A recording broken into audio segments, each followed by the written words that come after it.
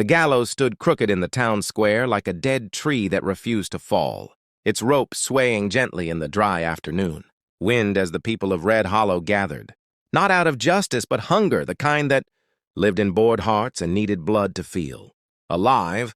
And beneath that rope stood Clara Mayfield, wrists bound, dress torn at the hem, dust streaked across her face where tears had carved helpless paths. Her crime shouted by the sheriff as if the words alone could make them true. Murder, theft, witchcraft, anything that would make hanging feel deserved. Though everyone there knew, Clara had done nothing but survive after her. Husband died and the land barren. Wanted her property.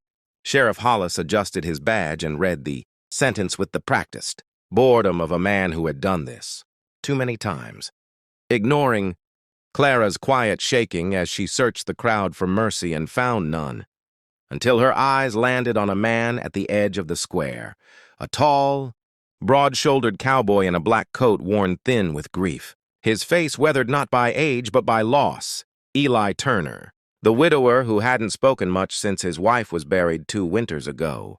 Eli watched the rope, not Clara, because ropes remembered things, and this one reminded him of the night his wife died. Gasping for breath, while the town doctor drank himself asleep, the sheriff raised his hand to signal the executioner, when Clara's knees buckled, and she whispered, "Not loud enough for the crowd, but loud enough for God. I didn't kill anyone." And something inside Eli cracked open like dry earth after rain, because he recognized that voice, the sound of someone the world had already decided to bury, and before the lever could be pulled, Eli stepped forward, boots striking the dirt with finality, his voice cutting through the crowd like a rifle shot when he said, "Stop," and the square fell silent as Sheriff Hollis sneered and asked what business a broken cowboy had interfering with the law. And Eli finally looked at Clara, really looked, seeing the bruises on her wrists, the fear mixed with defiance in her eyes. And then he looked at the rope and said the words no one would ever forget. "You want someone to hang so bad, Sheriff? Take me instead. I'll take her place." Laughter erupted at first, sharp and cruel, until they saw he wasn't joking, saw him unbutton his coat and step beneath the gallows, offering his own neck to the noose. Because some men stop living the day they lose everything, and some wait for the right reason to die. And as the sheriff hesitated because a willing sacrifice scared him more than a screaming woman, the crowd leaned in, sensing that this was no longer an execution but a reckoning. And just before the rope could be moved, Clara cried out his name, though she had never met him, and Eli whispered back, "Live," as if it were a command, not a hope.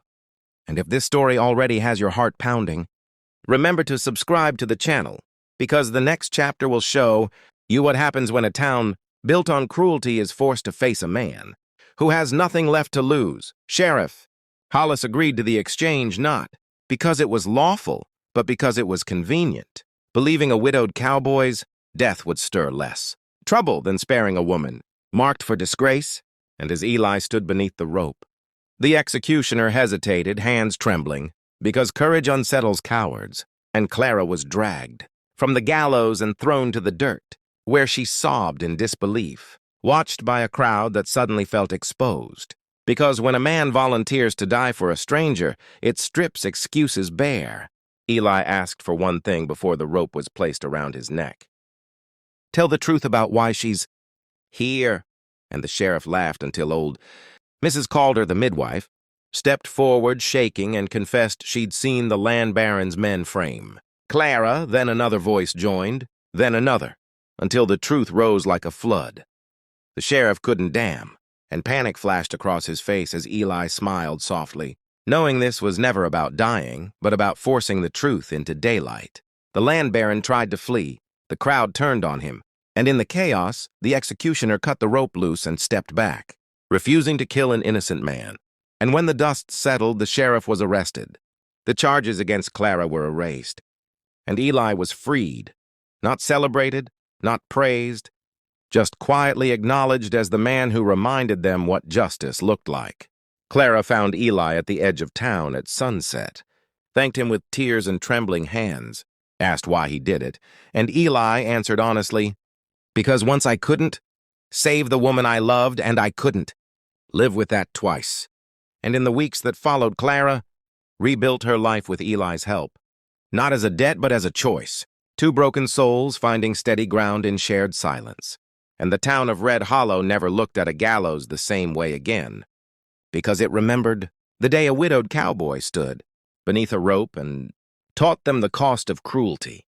And if this story moved you, inspired you, or reminded you that courage still exists in a hard world, subscribe to the channel, because the next story may be the one that stays with you forever.